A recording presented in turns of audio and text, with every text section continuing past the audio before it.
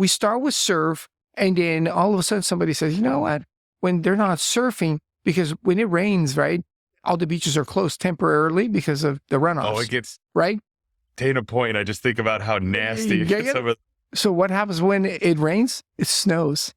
And the 90s was the beginning of snowboarding. Yeah. So the founder, or one of the co-founders or founder, Chuck Allen, who started the NSSA, he's the former coach at Huntington Beach High School. Okay. He starts the USASA, which is for snowboarding. Okay. The same deal. Scholarship, amateur and all that, age group and all that.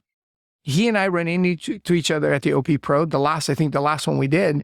He goes, Wing, how'd you like to help me out? I'm like, what do you want to eat? He goes, you do, these events, can you do snowboard events? I'm like, sure. And I hadn't snowboarded because, again, growing up in Brazil, there's no snow. Oh, I get it. Right? So I had no idea. I'm like, dude, I don't snowboard. What am I going to do? Because, well, maybe I'll try, right? So I'd try, and I literally almost kill myself. I heard you get broke the first few times you're learning. Yes. snowboard. Oh, my God. I was never so much pain my whole life. Could you skate?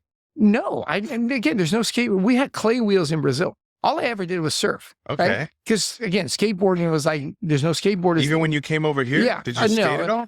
I tell a couple of times, I'm over that whole thing, right? I can get from A to B, but I don't skate, right? Okay. Yeah. Not like the real skaters. But I surf, because surfing, you fall in the water. It's okay. You don't get hurt in relative terms. You can drown. It's different. Yeah, it's you different. can drown, but if you're a good swimmer, you don't worry about that, right? So I didn't worry about surfing. But skateboarding, a couple of times, I'm kind of over, other than going from A to B, right? So snowboarding, I'm like, you can slide on the snow, but the first couple of times, very painful too. But I kind of got good at it, right? So after I learned to snowboard, I meet Chuck, and literally the next thing I know is he's asking me about, sponsoring the Southern California series. Okay. And I go to Chuck, goes, where is everybody else? And he goes, what do you mean? He goes, you have literally Kemper snowboards, Bullfrog, the thing for your nose, right? Yeah. The sunscreen thing. Yeah. And Bird snowboards. I goes, where's Quicksilver, Billabong, Hurley? I mean, not Hurley, but all these other brands. He goes, what do you mean? He goes, every single one of these brands, they're all like kids that used to be on the national team or aspiring. Yeah. And he goes, give me a week. 1 week later, I come back with 100 sponsors. So Chuck goes, how'd you like to be our marketing director? I'm like, sure. It's a volunteer position, doesn't get paid. So I brought all the swag for the events, because amateur events, what do you get at an event? You don't get money, you get trophies and swag. Yeah. Snowboarding is the same thing. We gave out medals and swag. So I brought skateboards, snowboards, everything that we could give away, because I had access to all of it, because they're all the brands that come to my restaurant. So I go to the national championships in the first year up in Lake Tahoe, and I meet Don Bostic, Dave Duncan, the announcer. Don Bostic. Yeah, I know Duncan.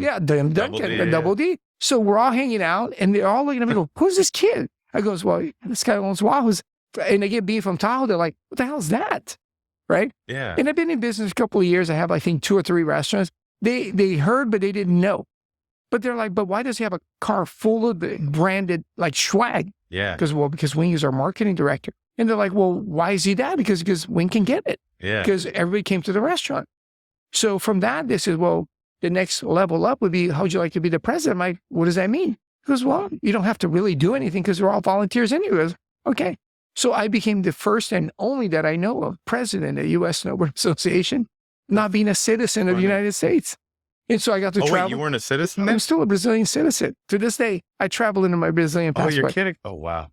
So I've gotten to travel the world. I've gotten to snowboard everywhere. Yeah. And, and we joke about it. So from that, then skateboarding, if you remember this, skateboarding through the... So enticing the way you say that. The late 80s, they went through a phase where it was illegal because they closed all the parks because of liability.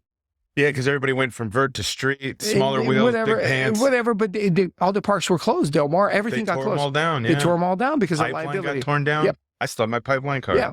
So why? Because kids were falling, breaking their arms, and suing the park. Yeah, that's so right. So somebody in the 90s said, they looked at snowboarding and they said, why is snowboarding taking off? There's this thing when you buy a lift ticket, you ever look at the back of it? It's a waiver. That means you're an idiot if you break your arm snowboarding. So the attorneys got together and goes, dude, we can do the same for skate parks. You signed a waiver, you break your arm, you're an idiot. You can't sue the skate park. And so the very first event was the Monster Jam here at the old Roxbury South by MacArthur. Okay. Tony Hawk was the first vert event, pro event in the 90s, after they shut everybody down for about 5 years. Was that called Holiday Havoc? It wasn't. It was literally called the Monster Jam. Bash. It was Monster Bash. So myself, I got it all together with Paul Schmidt from Schmidt Sticks, and PS Sticks. So we brought all the industry guys together. Yeah. The professor. Yeah.